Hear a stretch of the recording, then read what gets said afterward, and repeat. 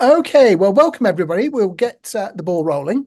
I'm going to be chairing the session today, and I'm joined by Alexandra and Lisa. You can see the images up there. So, what have we got today? Well, here are our three speakers. Lisa Wilding-Brown, CEO of Innovate MR, Alexandra Kuzmina, futurist and researcher from Nova at MMRR Research Worldwide, and myself. We've got three topics. Alexandra's going to be starting with blending conversational AI with behavioural science, spelt the British way, you'll notice, that's good. Then Lisa's going to come along and talk about fraud trends, one of the really scary things we've seen over the last 18 months, I suppose, and there's been some fantastic presentations from Lisa and some of her colleagues at Innovate MR looking at who are doing the fraud and why they're doing it and maybe how we can stop them.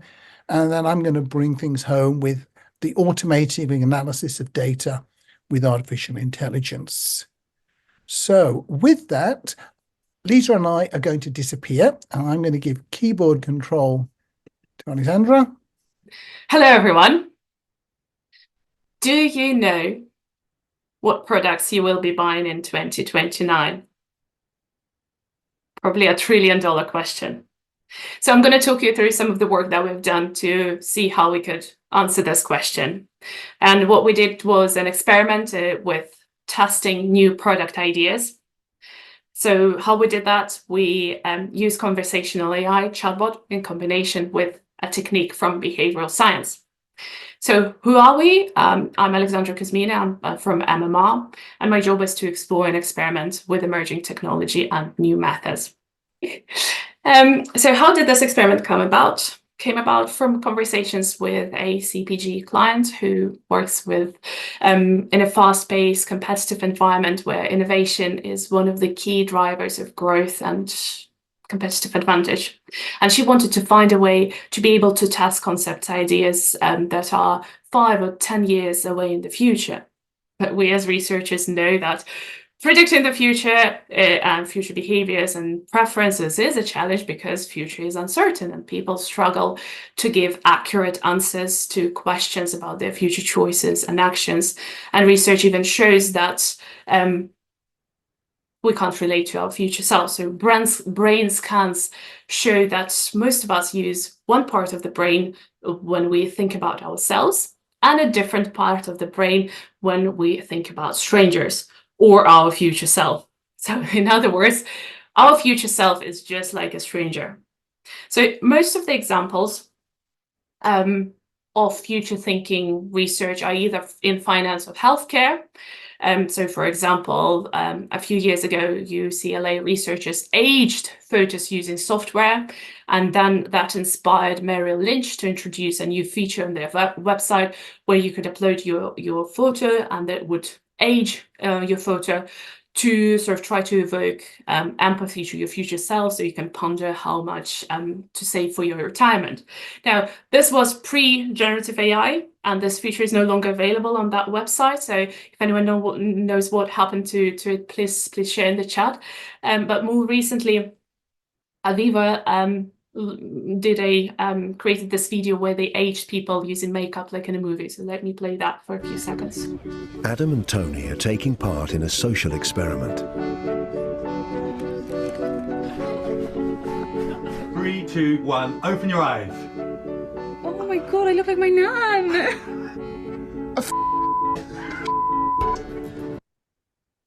Okay, so why am I showing you this? Wouldn't it be great to have a setup like this where we could run focus groups, for example, where participants would be able to get closer to their future selves? But of course, some of these things might not be as scalable and available to most of us who work in research. However, there's this technique from behavioral science called future thinking priming, so FTP for short, which we can use to apply for our research needs at scale. And this is what I'm going to talk to you about today. So what is future thinking priming? It is a technique that involves prompting participants to vividly envision their future selves and circumstances, which then helps to bridge that gap between current preferences and future behaviors. So we had a hypothesis that introducing this technique would encourage participants to be more engaged and also to be more future orientated in their response compared to those who were not exposed to this intervention. And to test this hypothesis, we did what we do really well at MMR. So we did an experiment, and we designed it facilitated by conversational AI chatbot, because chatbot is becoming a new standard in our industry, and because of the conversational flow and its ability to probe dynamically. So we're seeing really good results because of this, because this probing makes people feel heard and valued. So this in this experiment, it was a concept test where we tested functional chocolate infused with mushrooms that is meant to help you sleep. So the products already exist in the market, but somewhere at the fringes. So awareness was really, really low. And we had 2 cells. In the first cell, it was just a standard chatbot engagement. And in the second cell, we had this future thinking priming element. So this is where we blended conversational AI with behavioral science. The chatbot took participants to 2029 and asked them to imagine their future selves, what they would be like, what typical day would be like, and what would be important to them in 5 years' time. And only then we showed them this concept, this new concept idea. So obviously adding the FTP element, the future thinking element, added a little bit to the completion time, but participants didn't seem to mind at all. So when we look at the engagement results, the future thinking priming cell, there's the blue line across the top. It consistently tops the engagement metrics, making future thinking priming in combination with the chatbot another tool in our toolkit to increase engagement, making it more fun and personable, and also offering us a lot more value.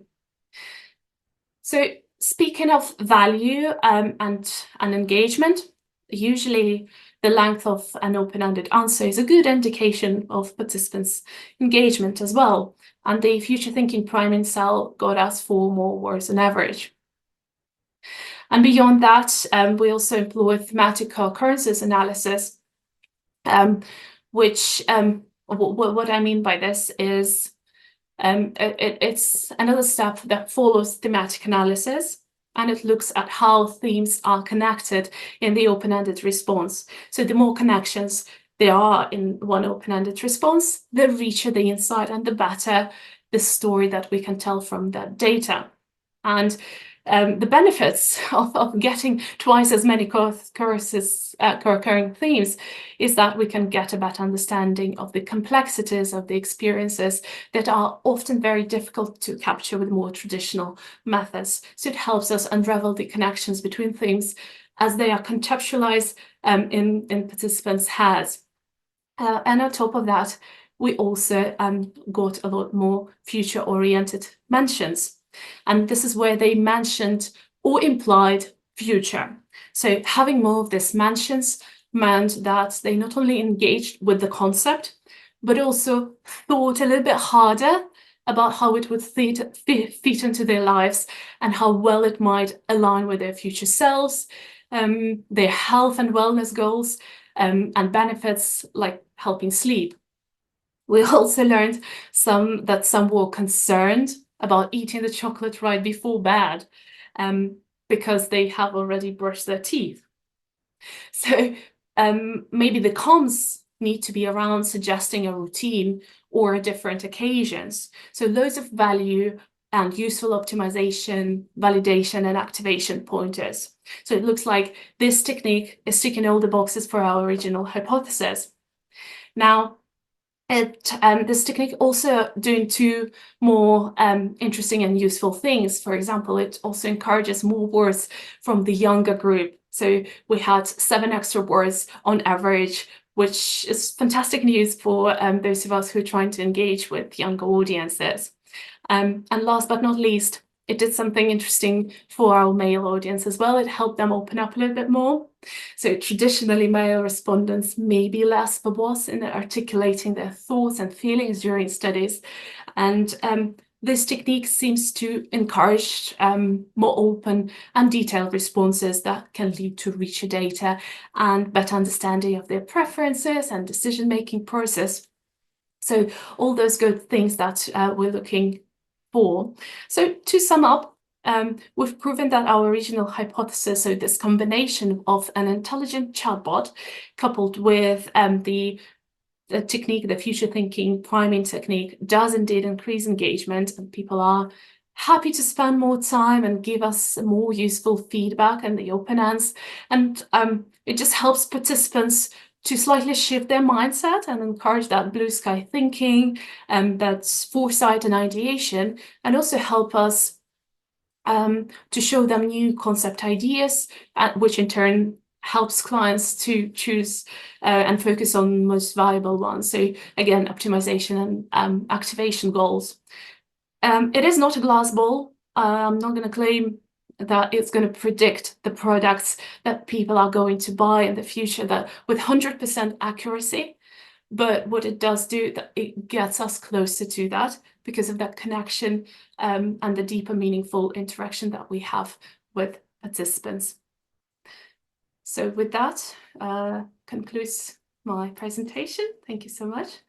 And yeah, I'm really curious to see if there are any questions. Thanks, Alexandra. Lisa, your initial thoughts? I thought that was great, Alexandra. Thanks for that that presentation. I mean, as someone who has spent the lion's share of my career, which is 20 plus years now at this stage, working in the research space and working with participants, respondent engagement is something that's very top of mind and something I think our industry has struggled with. So I think the results speak for themselves. It's just so great to see that level of engagement despite the longer LOI. Really, really quite compelling. And, you know, I've seen absolutely an uptick in chatbot survey requests coming to Innovate MR. So we regularly recruit for those studies, and we've seen the same positive feedback coming from participants as well. They seem very, very engaged, and they like that type of exercise, and certainly it's yielding accurate insights.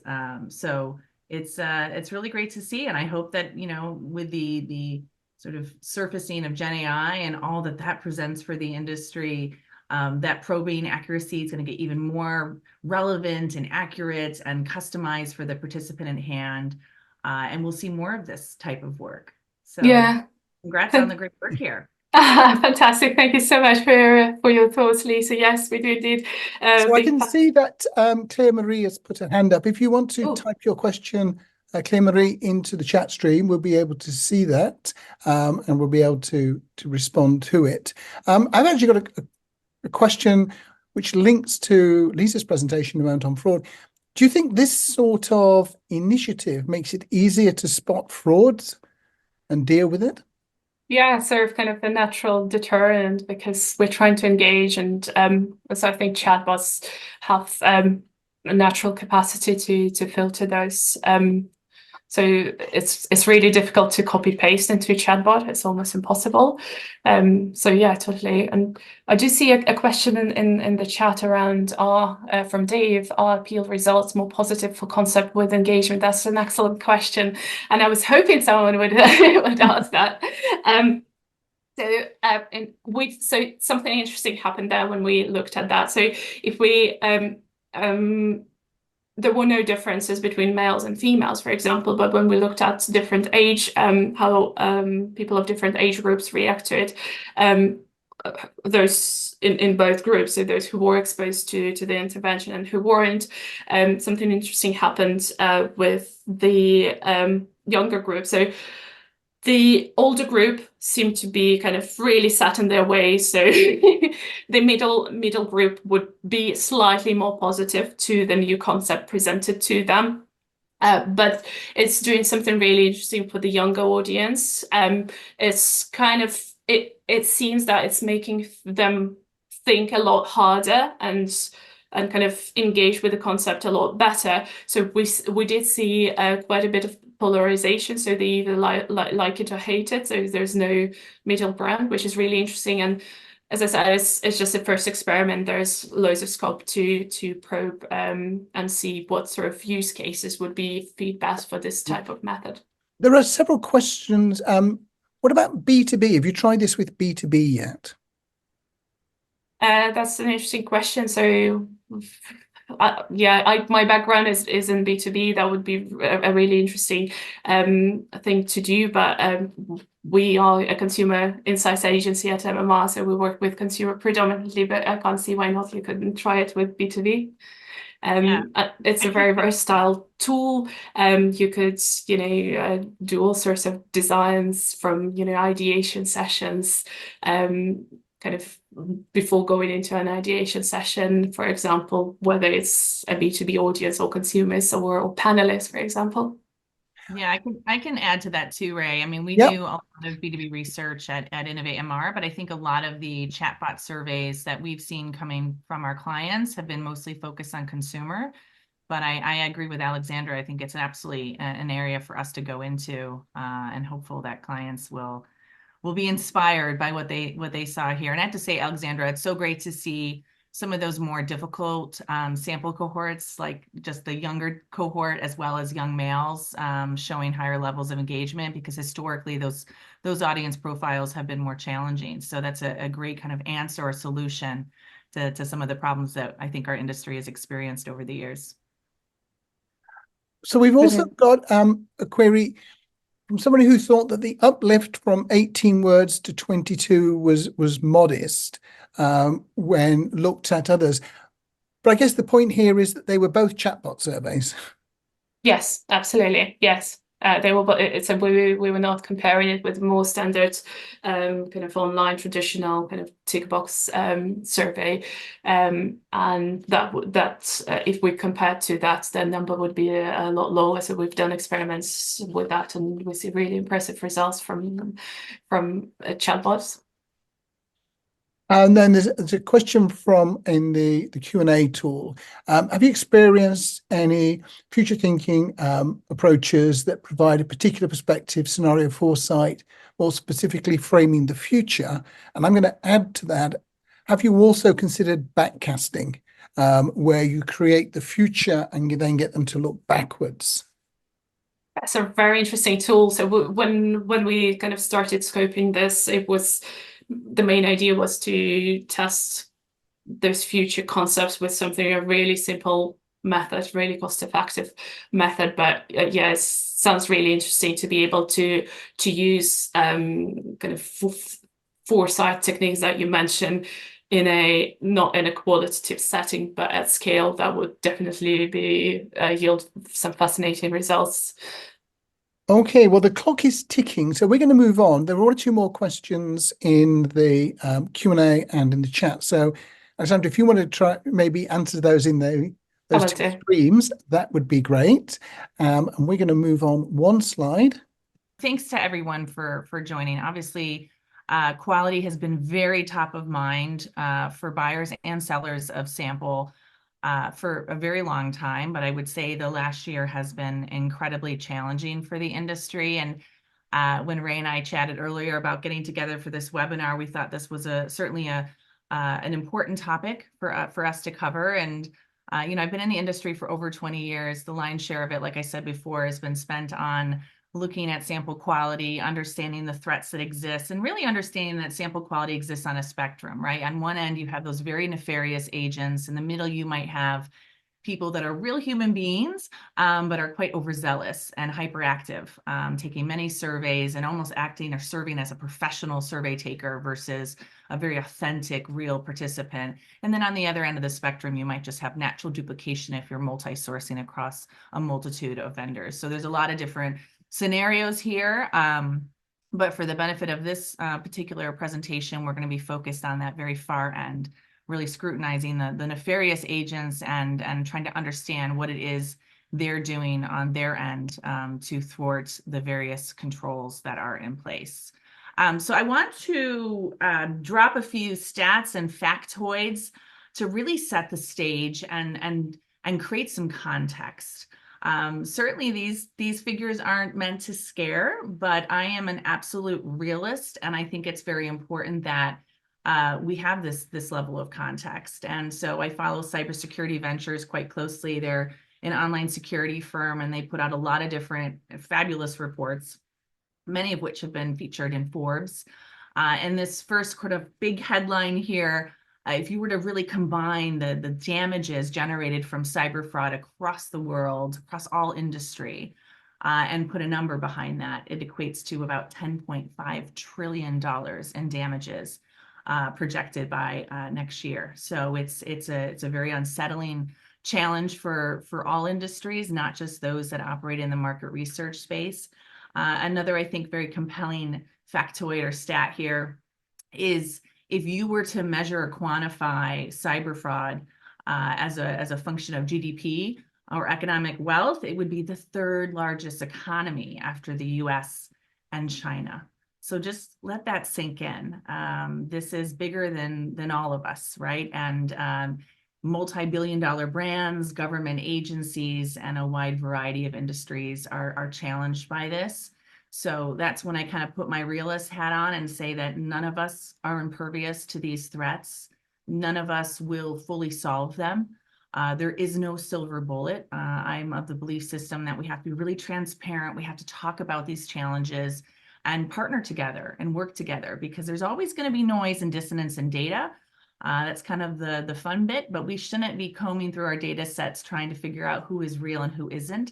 And I think there is very much a multi-layered approach that can be embraced both from the supplier and the buyer perspective. But again, if you were to look at the damage, it's exponentially larger than the damage caused by every natural disaster in the world for 1 year, and it's more profitable than every illegal drug trade combined. So again, these stats I think are important for us to kind of get our head around. But I did want to share kind of what's been happening over the last few months. And I went to some experts. I wanted to talk to some leading digital fingerprinting providers, because they have the unique benefit of really having this macro view of the entire ecosystem, versus if you were to talk to just one individual company, they may be doing a lot of different things that are quite different from the next company that you evaluate. And so I think it's important to partner with companies like Rep Data, as well as Device IQ, because these are leading companies that are really working very closely to help buyers of sample mitigate those risks. And I wanted to understand, what have they been seeing from that macro view? And our friends over at Rep Data said that, essentially that fraud is definitely on the rise. There's no secret. They've seen a different type of composition depending on what angle they're looking at. But right now, in terms of the ecosystem data that's within their footprint, they're seeing just shy of 10.5% of duplicates, and then another 11% or so coming in as a high threat. So these are like the very nefarious, very sophisticated fraudsters. When they looked at open-end or text analytics, the total count here is just shy of 6 million. About 3.5% of that equates from a gibberish response, and then close to 1% includes a copy paste, which we're seeing a lot of. But there's certainly things that can be done when it comes to reviewing open ends, and even technologies that can be layered on to be really proactive around that piece. And then the third piece is that they're really seeing a lot of professional survey taking activity. And this is a metric that's super important, because again, it's going to give you a wider sense or a more footprint view of what's happening across the industry and what these users might be doing in other survey environments. But the average activity in terms of survey attempts that they're seeing across their ecosystem is just 5 surveys within a 24-hour period. But the max activity, which is just shocking to me, is 667 survey attempts within a 24-hour period. So you can see there's a lot of volatility. There's participants out there that are operating well, that are participating in an honest way. But then there's folks that are really nefarious in nature and are doing this at scale and doing this as a job to be able to scale their fraudulent efforts and make money. So certainly very concerning, but big thanks to the Rep Data friends over there to furnish this data for us. And we kind of talk about, well, what's driving this? Where are we seeing themes kind of surface? And from both my conversations with Rep Data as well as Device IQ, we saw from their end, a real rise of anti-detect browsers and rotating residential proxies. So we'll get in a little bit of what that means and how that takes shape. But I think the important thing here to remember is that cyber criminals are continuing to evolve their tactics, their techniques, and the things that they're doing, the procedures that they're employing, and they're constantly iterating on that. So what they may have done yesterday, they're not going to do today or tomorrow.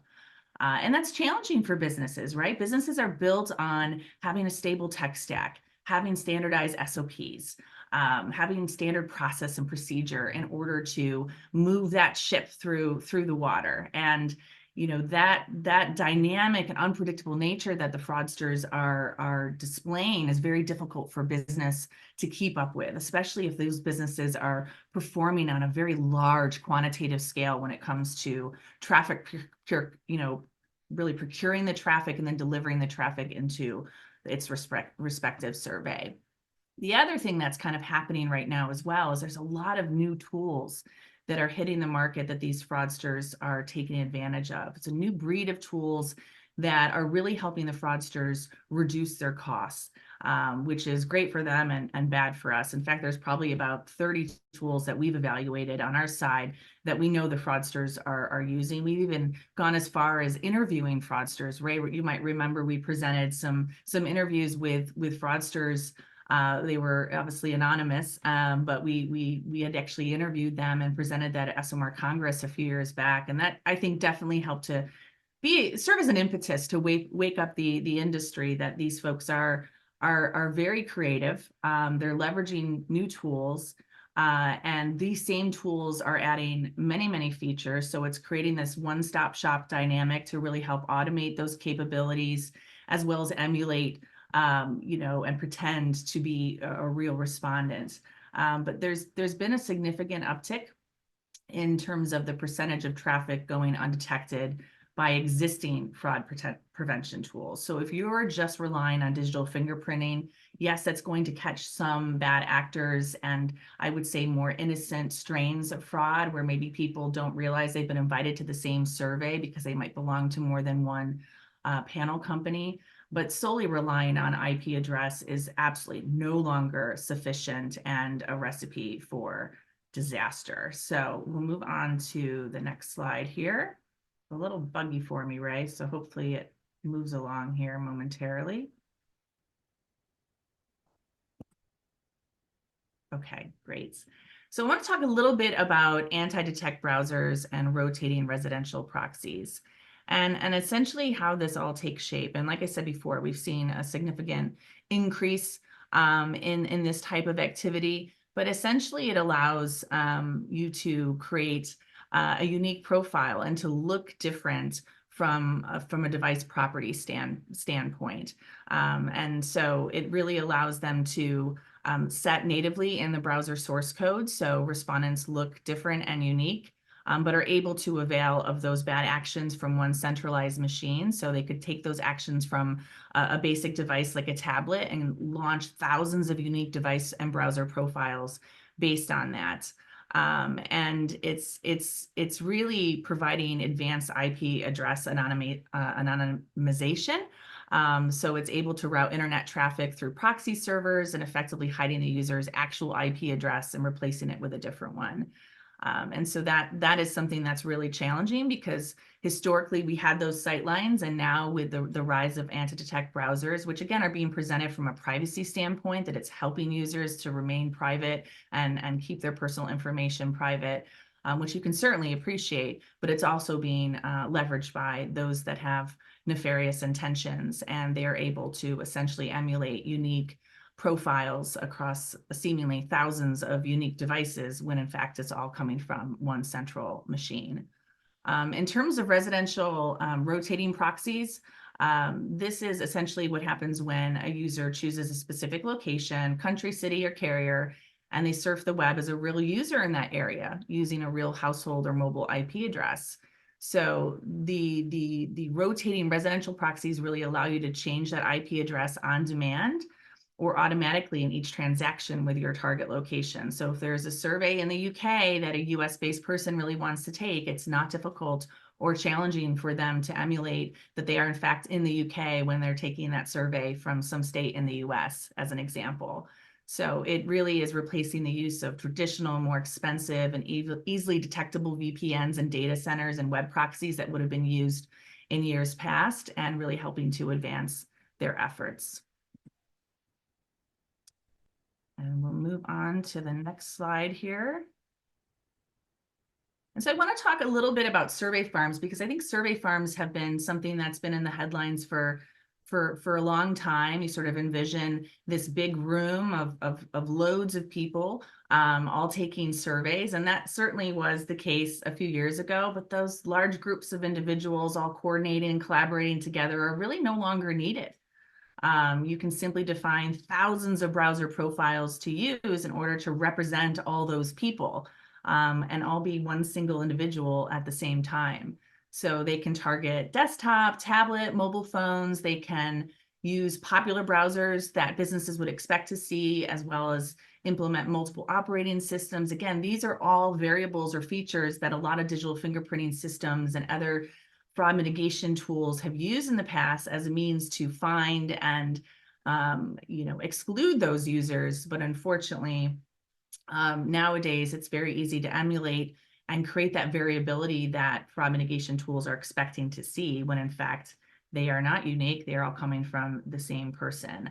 And survey farms are obviously mirroring browser clicks and open-end responses from one browser profile to another.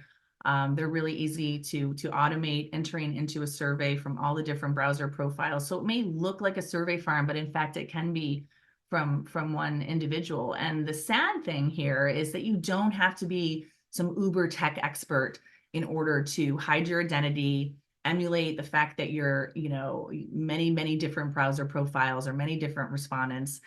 You're able to do that from a single laptop and leverage these rotating residential proxies to essentially automate that SPSF GPS spoofing that's occurring. And you don't have to be super technically savvy. So a lot of people are getting in on the action, which is certainly very disappointing to see. So our friends over at DFIQ had a keen focus on this area in last year. They really saw this from evaluating open-end responses and seeing a lot of anomalies in the data. And so they've really, I think, done a great job with their updated release last year, their 5.2 release that's been tested and is now detecting all known anti-detect browsers, which is excellent and really great to see. And each of their releases over the last year or so have seen a significant rise in fraud detection rates, with their 5.2 release seeing the highest increase of 6%, which is just fantastic. And based on my discussions with them and feedback from them, their conservative estimate of anti-detect browser attributed fraud is currently 30% of overall fraud traffic. So it is significant and concerning. So lots to sort of digest there and think about. I know I'm looking here at the chat and I see I might be scaring some folks, and I'm sorry for that, but I think it's so important for us to be open and transparent and talk about some of these threats so that we can be proactive and we can work together and really partner together. And I know, speaking from my own perspective as the CEO of Innovate MR, and we just celebrated our 10-year anniversary, which is just fantastic. We have been studying this stuff for a long time. We've done a lot of research on research, and we have 40+ layers in place because you have to. There is no silver bullet, I promise you. There's no kind of quick fix for this. It's really about acknowledging that this is a challenge, not only for our industry, but other industries. And there are actual things that we can be doing. There's initiatives that are really great that are happening in the industry right now. In fact, I'm on the steering committee for the Global Data Quality Initiative, which is just fantastic. It involves SMR and SampleCon, the MRS and the Insights Association all coming together. And there's several different committees off of that that are working on defining, standards across the industry and working on unified definitions so that we're all speaking the same vernacular and all speaking the same language. Also really promoting the use of full encrypted links.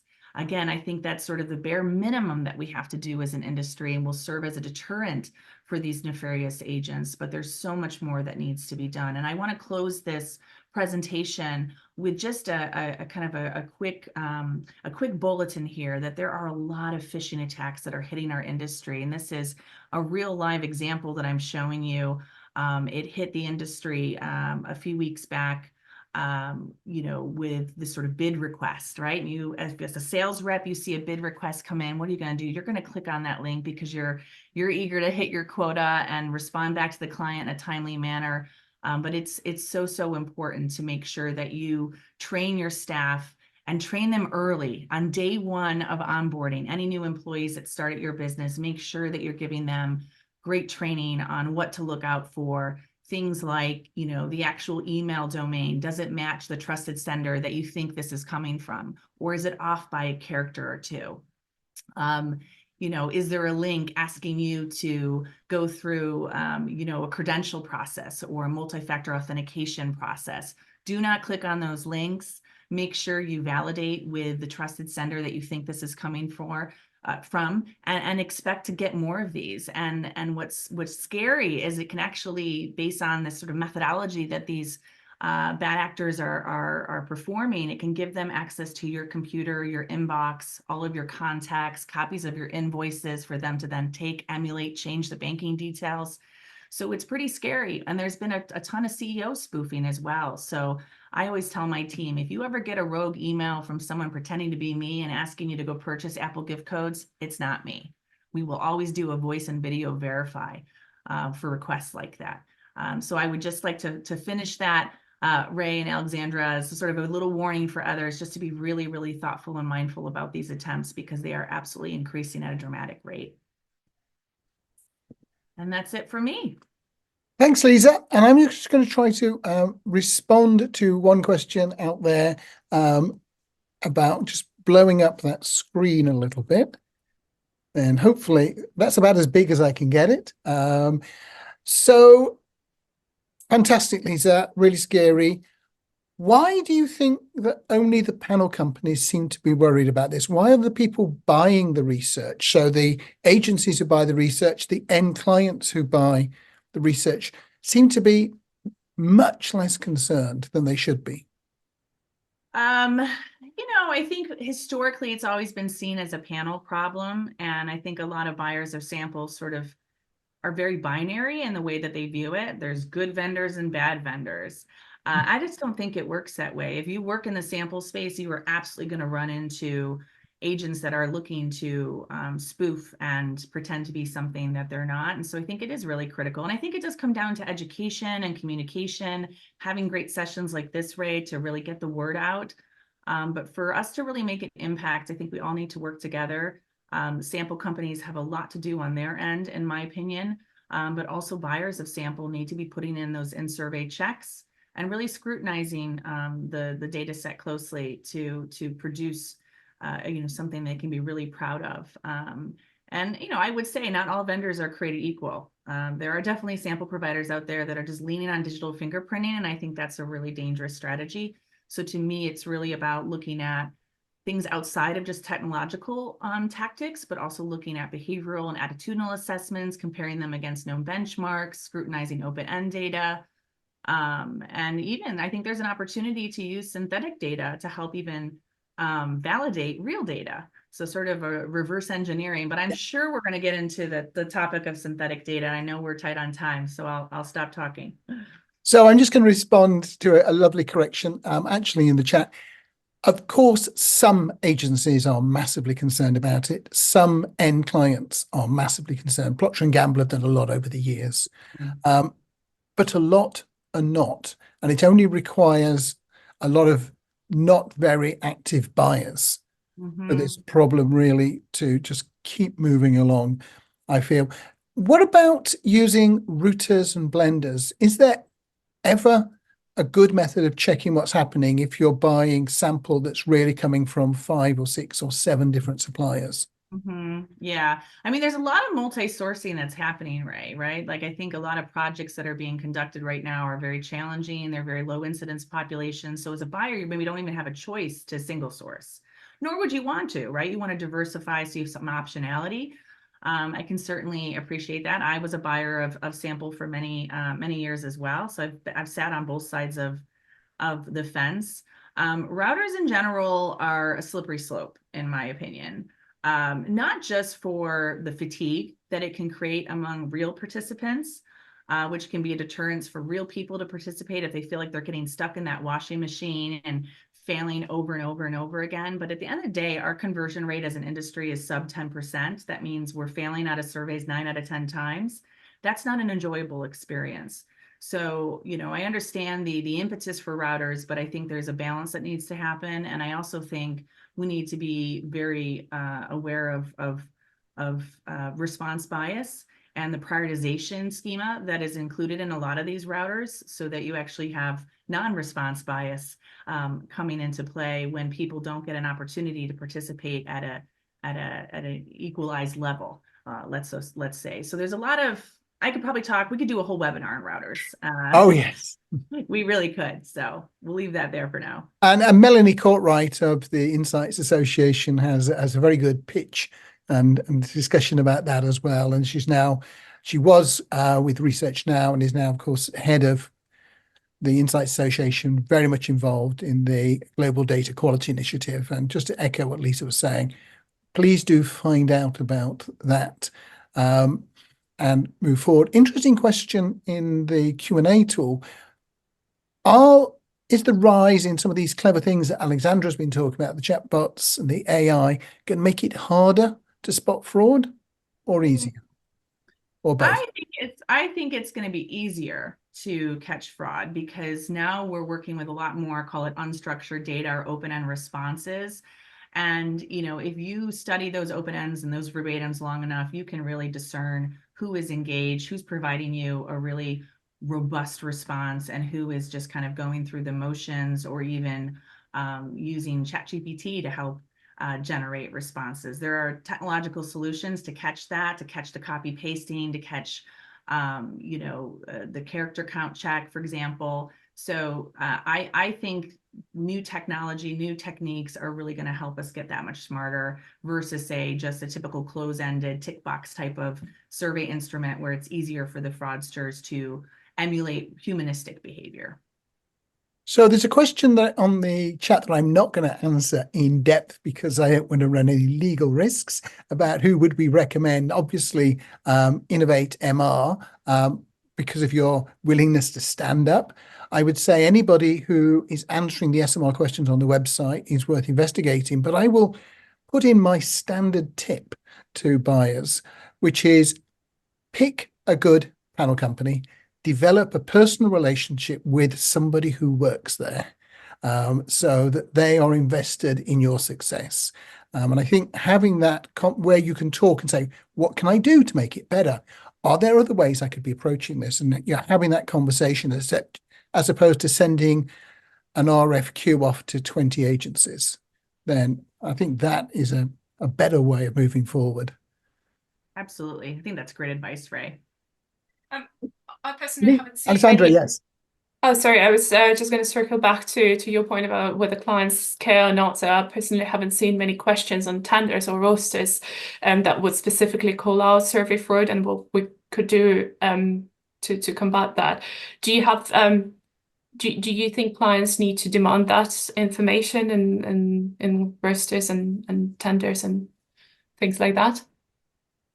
Oh, absolutely. I mean, the SMR guidebook that came out was sort of a continuation of the SMR 28, the online, I think it's online buyer guide. Is that what it's called, Ray? I might be getting the actual name of it wrong, but that's a really robust list of questions that I think can serve as a great guide for buyers of sample who maybe aren't as familiar with some of these threats. It provides a lot of context on why those questions have been included, and I think that's a great place to start. But certainly, getting real with your vendors and really talking about what those threats are and what each side of the equation can do to mitigate those risks. Because I think there's this notion that there's some silver bullet or some quick fix, and there isn't. And you could have two surveys side by side.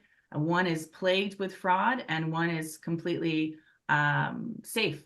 And it just depends on the incentive that's being offered. And so typically those harder to reach audiences, B2B studies as well, or the younger cohorts that we talked about earlier, those, more marginalized cohorts, diverse cohorts, those groups do get targeted by the fraudsters because they know they're high demand and low supply. So those types of surveys, I think, are definitely going to be a high target for the fraudsters. And so having a really great partnership with your vendor and putting together lots of layers and scrutiny is going to be super key as we move forward. And as we continue to evolve and become more sophisticated with our research methodologies and embrace Gen AI and other techniques and all that offers, I think the fraudsters are getting more advanced as well, and they're getting more sophisticated. So it's really important to put your best foot forward. Thanks, Lisa. The clock is really ticking against us. So we're going to move to the third and final topic, and we're going to look at automating the analysis of data with AI.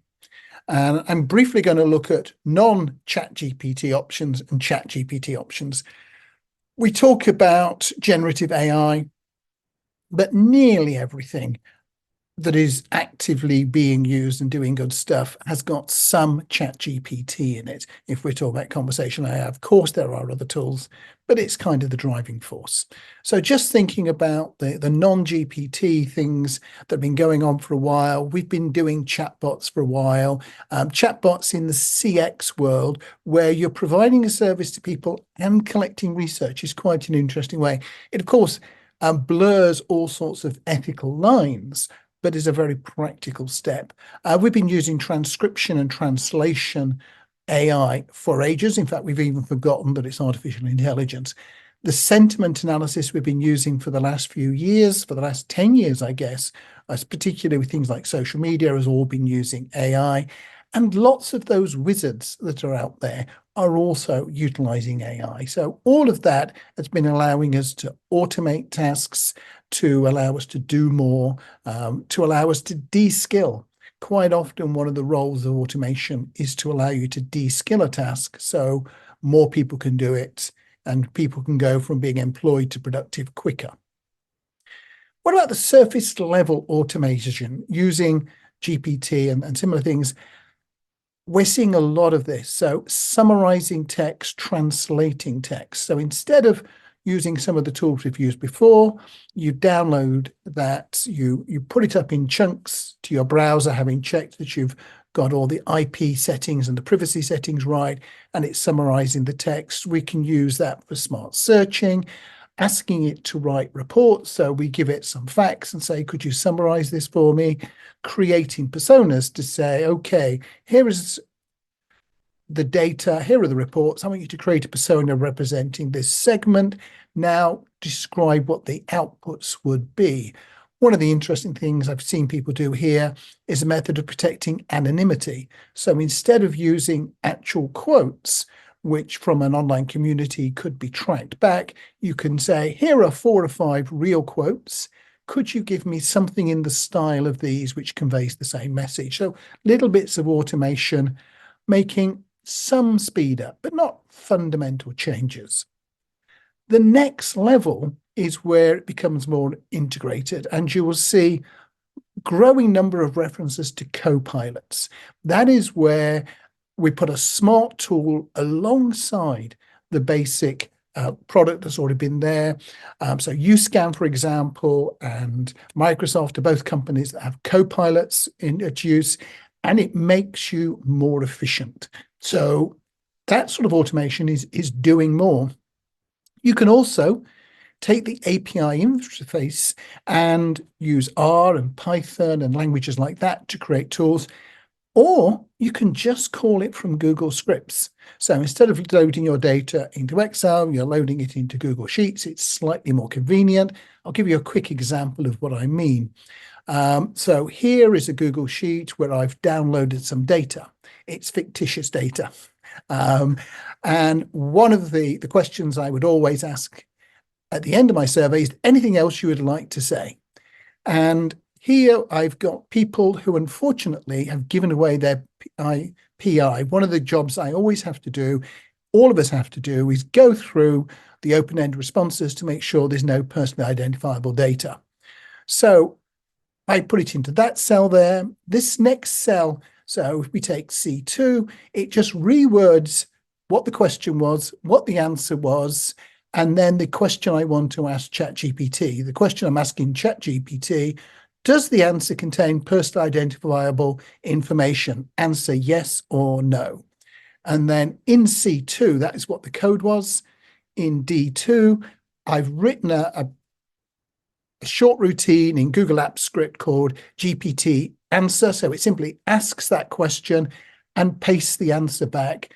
And the answer for the first one is yes, because there's an email address. The answer for the third one is yes, because there's a telephone number. So I can do that. Karine Pepper is, I think her surname, has done a lovely couple of presentations where she's used exactly this technique to say, is this real data? Or does it look like rubbish? Or does it look like fraudulent data? So we can do all sorts of automation of the data cleaning, the data organization with really very straightforward tools. And of course, the key thing, business process re-engineering, rethinking the process, not just smoothing the old ways. I'm going to be quite cheeky here. This is a product that I've developed along with a colleague. And what you can do is you can just load your raw data into it, and it will output a first analysis of that. It will give you a summary of what everything in that data might mean. And the thinking process then is you start with the end and you say, you probe it, you ask additional questions, you find things. So it's a rethinking of the way we're doing things. And I think this is going to be the big part of automation in the future. There will be a little bit of making each step that we currently do better, but there will be even more of just replacing it. Why should I ask ChatGPT to give me sentiment scores on every verbatim in the study, when instead I can ask the next level of generative AI to say, what does it mean? And what are the implications? And what is the main message in the data? So we need to think about the goals of automation. Sometimes we do it because we want to be faster. Sometimes we do it because we want to handle more stuff. Sometimes we want to be cheaper, and sometimes we want to be better. Usually you can't get all of them. You can sometimes. I wear glasses, and at one time in the past, every new lens in glass was hand machined to give you the right lenses. Now they are produced by computers and lathes and AI and tools, and they are faster. They can do more of them. They are cheaper, and they are better. Frankly, machines can shape glass into lenses better than people can holding them on a machine. And I've got this contrast between McDonald's and sushi. I love sushi, especially in Japan. I can believe that very soon we can have machines that will produce your Big Mac in there and serve it to you faster, more of them per hour. It will be cheaper, and it will be as good as the best person producing them. I do not believe that in 50 years from now, there will be a machine automation that will produce sushi as good as the best sushi person serving you over the counter in an authentic sushi bar in Tokyo. So not everything is going to do all of those, but that's okay. So that's my little pitch about automation. I'd love to see what Lisa and Alexandra think. And I know you, in the Innovate, you've got a lot of automation with AI already. Alexandra, you do a lot of experimenting in this zone. Yeah, I'm all about automation. You know, I think a lot of people are quite worried about generative AI and the impact that it's going to have on our space, but I don't feel that way. I want to live by our brand promise. I'm really excited about all the opportunity. And I think from an automation standpoint, you know, one example I can give you that we've done, Ray, is several years ago, before kind of the Gen AI hype hit us last year, we were leveraging machine learning and AI to help evaluate open-end responses as a means to really fight the fraud that we were seeing in our testing. And so our tool, we have it, you know, we have a more manual tool. People want to just upload a data file. And then we also have an API that can be integrated within the survey. So we call it text analyzer. It doesn't sort of summarize or code or do any sentiment analysis. It's really there to help proactively look at open ends in survey and before the survey and see a pre-screen or registration path. And it evaluates for things like open ends, open-end gibberish, duplication, speeding, AI-generated responses, and it measures for context. So what it does is it looks at good samples that have previously been procured, looking at high frequency adjectives, verbs, and nouns, and helps to inform, is this response contextual to the question itself? Because what we saw in our testing was there's this sort of notion of like word salad. So it might pass a general test. They're real words, they're spelled correctly, but when you actually correlate them to the question text, they have nothing to do with the topic. So using automation to help us scrutinize those open ends at scale is certainly the right way to go versus a manual review. So I think, the advantages of AI are going to help free up what was historically used as human time to free us up to really put our human side to work. To make that impact and let the automated pieces handle the stuff that's maybe not as fun. So I'm excited about it. Yeah, couldn't agree more, Lisa. And yeah, I'm really excited, and it does have a massive impact on just the day-to-day. But at the same time, I'm quite concerned because I've read somewhere that AI researchers trained an open large language model that is kind of behind all this automation and looked at environmental impacts on what they've created and found that just training the model used as much energy as heating up 30 homes for the whole year, and then emitted 25 tons of carbon dioxide, which is like driving your car 5 times around the planet. So somebody just can, use it to create a poem about sushi, for example.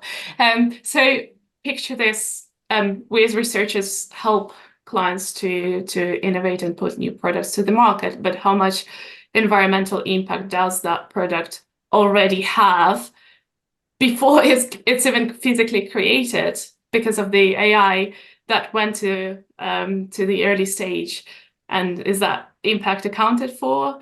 So I suppose very soon the digital tools that we use would have an energy efficiency rating attached to that, to them, just like we have that rating on electronic devices or buildings, for example.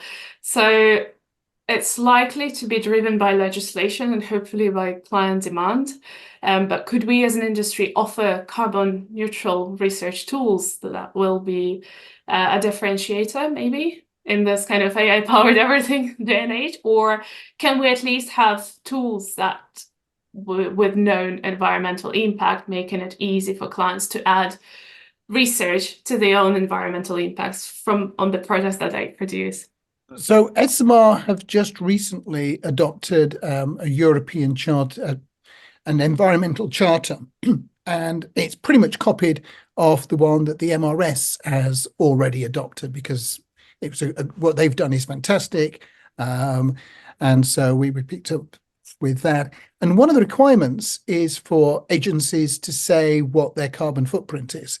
Now, initially, that is going to be all about their buildings and their people flying, but it clearly should be including everything about the internet, not just artificial intelligence, but all of the other internet uses, which are really, really heavy. And if anybody is using blockchain, that is like really heavy too on that process. So I think that's a really good point you make, Alexandra, and it needs to happen.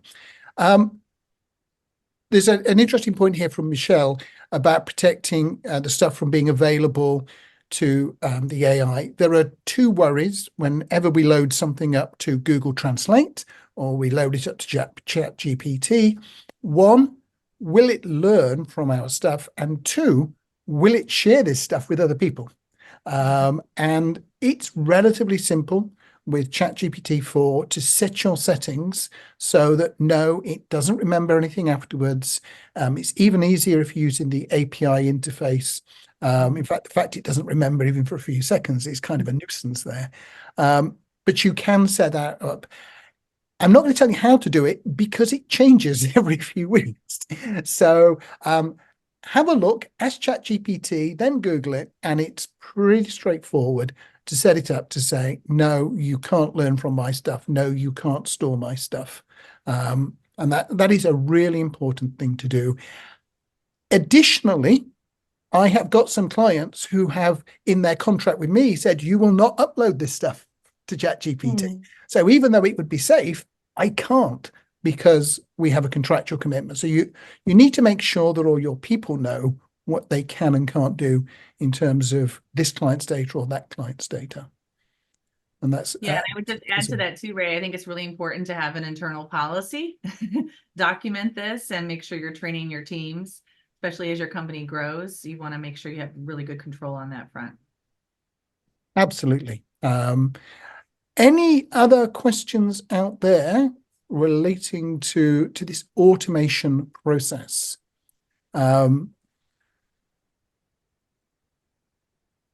I think coming back to something that Lisa said, you want to make sure as well that you automate things which first that people don't like doing. If you had a task that was really fun, meeting clients and talking to them, and you say, oh, yeah, we could do this with a bot. Yeah, that would not be so great.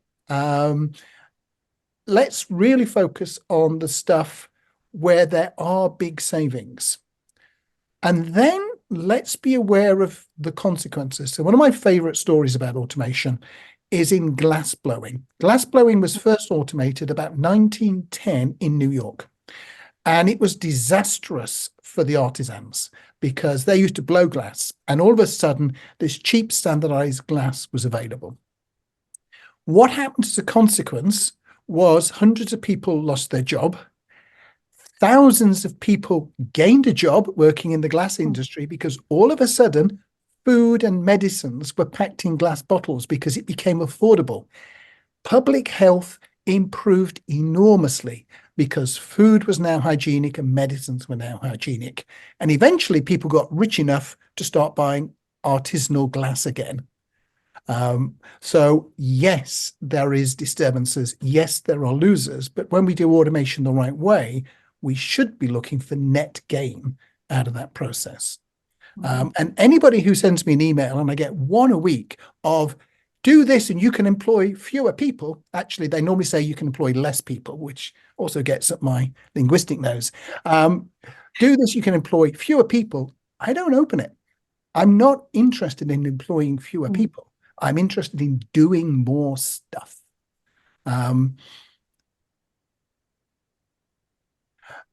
Okay, question from Paul. Can you simply add anonymization? No, but you can. It's not super simple. Finding out that there is some in there is pretty straightforward. You can then ask it to extract it. You can then write a command to change it. I'm not sure that I would at the moment trust ChatGPT to give me a version of that verbatim with the personally identifiable information removed. It might work, but I'd want to try it with a lot of different cases first before I risked it. But it might well be as simple as asking that as a question. And as I say, you can just do that in Google Scripts. It's a great kit for just learning more about what it does and how to play with things. So unless there is anything else, I think we're all good. A big thank you to Lisa, Alexandra, and of course, all of you. Big thank you to all of our sponsors. Big thank you to anybody out there who's one of our patrons. You're much appreciated. And we look forward to seeing you all again soon.